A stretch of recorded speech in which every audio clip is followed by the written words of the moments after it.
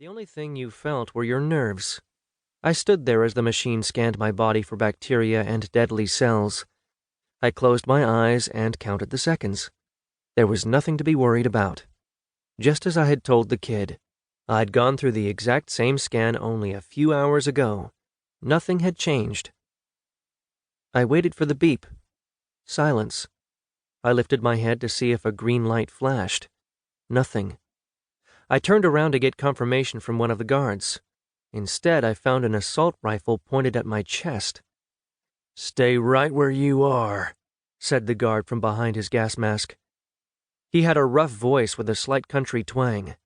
"Don't move." "What's going on?" I said. "This must be a mistake." I whipped round and another guard was already there, semi-automatic ready in hand to blow my brains out. "If you do not calm down, we will be forced by law to subdue you." I didn't move. I didn't open my mouth. Anything I did would be taken as a threat from these guys. All I wanted to do was elbow them in the face and run for it. But somehow I knew if I did, I would be begging them to shoot me. The soldiers kept my head in their crosshairs. Army boots smacked against the floor, getting louder and louder. Security had sent out reinforcements.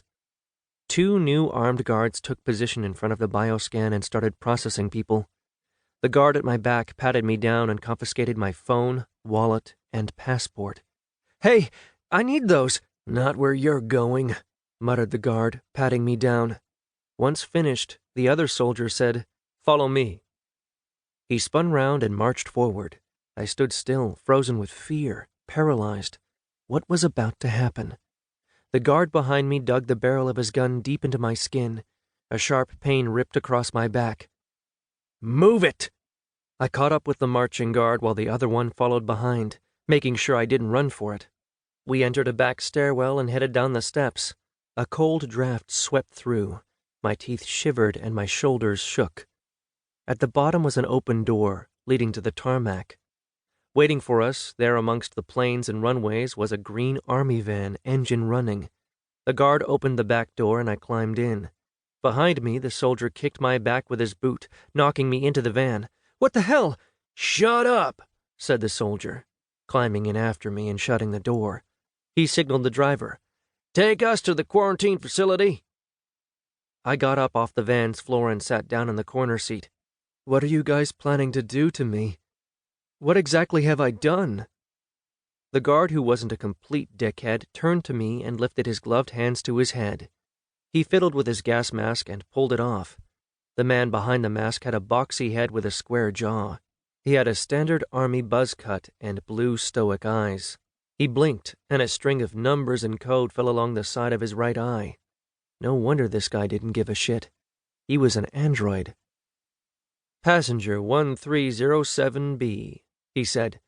"Clay Hopewell, aged 24 years old, citizen of United North America, arriving from Charles de Gaulle Airport, Paris, France.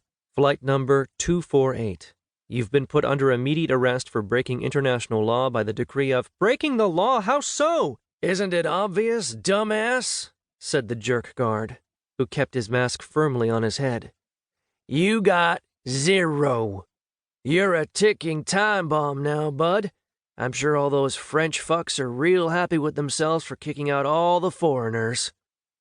My arms shook, my shoulders shuddered. If what they said was true, I only had a few days to live. "I was fine a few hours ago," I said. "How was this even possible?" "You're asking the $1,000,000 question," said the guard. We drove along an empty runway towards a large airplane hangar. Surrounding the perimeter of the building was a scaffolding of barbed wire, armed guards, sentry towers, and machine gun turrets. We slowed down at a parking gate. The driver poked his head out and spoke with another masked soldier. They exchanged a few words, and then the barrier lifted. We drove on towards the hangar. The army vehicle halted beneath the shadows of the large building. "We're at your stop," said the jerk guard. "Come on, out you get."